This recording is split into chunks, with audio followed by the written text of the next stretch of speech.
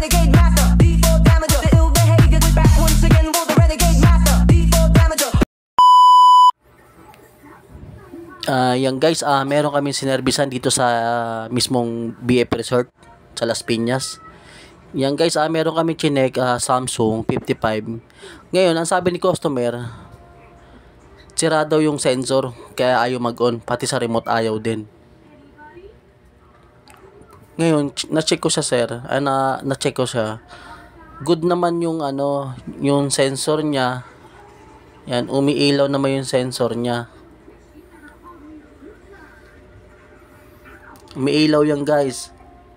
Yan, ibig sabihin yan, good ang sensor niyan. Nagbi-blink lang. May problema yan sa sa mismong board. Yan, sa mismong board ang may problema niyan, kaya ganyan ang issue niyan, nagbi-blink. Yan, nakita nyo guys. Sa mismong board yan.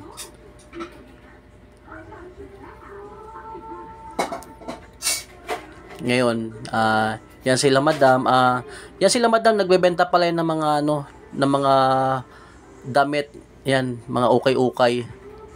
Diyan sa mismong BF Resort Las Piñas, Purok 2. Ay, yung Purok? Di ko lang kung Purok 2 ba sila.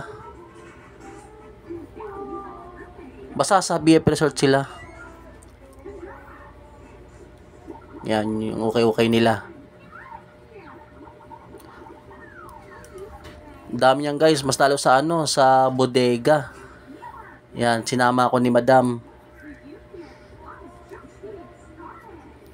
Yan guys, so pagpasok ko guys, punong-puno ng mga damit, bultuhan talaga yung kuha niyan guys. Yan, i-flex natin para si ma'am kahit paano kumalat naman yung nila, ukay-ukay nila. Yan guys, mga branded na damit yan. Bultuhan daw yan, 8.5 isang bultuhan. Yan.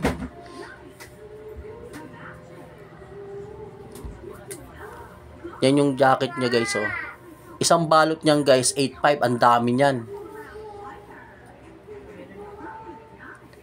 Yan guys, yung hawak ko na yan. 8.5 yan, isang buo. Bultuhan.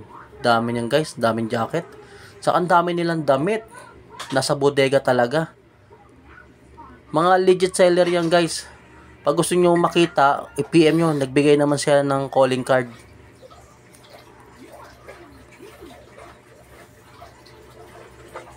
Yan, napakadami. Yung kapatid ko, papogi muna.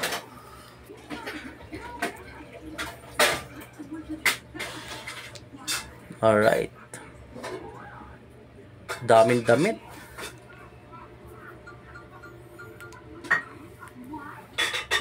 Ngayon, bumalik ulit kami.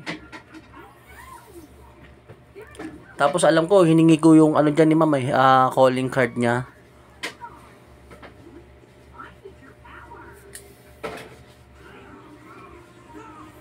Yan yung calling card niya. Yan guys yung calling card niya. Christine Shane, PM niyo siya guys. Yan yung calling card niya guys. So, yan, andyan na rin. Ayan. Yan, screenshot nyo na lang. PM nyo siya guys kung gusto nyo bultuhan. Yan, okay na. Bumalik ulit kami sa TV. Yan guys. Pinelex ko lang yung mga damit nila Madam Christine Shane. Yan, sabi ng kapatid ko, siya na lang daw magbukas. Yan. Yung kapatid ko na yan guys, medyo bago pa lang yan. Tinuturuan ko pa lang siya paano gumawa para susunod pa nag-abroad ako, siya na yung pumalit. Sabi niya kaya niya na. Nakikita niya kasi sa akin.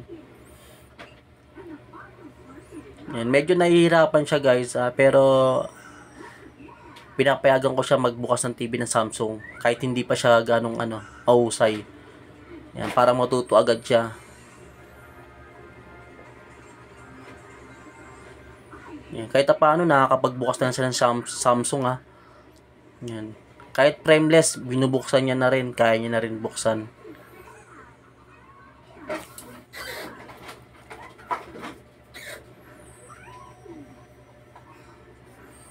Sa pagbubukas ng Samsung guys, hindi basta-basta yan ha. Medyo masailan din yan. Pwede mo mabiyak yung ano niyan, yung takip niyan. Pwede mo mabasag. Kailangan talaga meron ka dyan pambukas talaga ng size sa takip ng Samsung.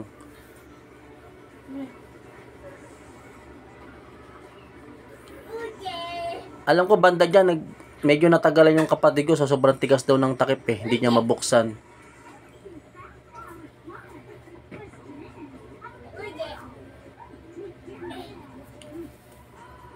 Yan, banda siya dyan nahirapan. Kaya sabi ko ako na lang magbukas, baka mabasag mo. Yan, dyan siya natagalan guys. Kasi grabing lock ng ano yan. Sabi ko wag niya na pilitin, ako na lang magbukas. Yan, nagpalit na kami. Ako na nagbukas dyan eh. Yan. Ngayon nabuksan ko na siya guys and may nakita akong bloated na capacitor kaya ayaw mag-on. Yan, nagbi-blink lang siya. Yan, nag-on, nagpa-power siya. Nagpa-power naman. Pero yan, nag-on naman siya, hindi nagtutuloy. Yan yung bloated na na capacitor, alam na this kung anong sira niyan.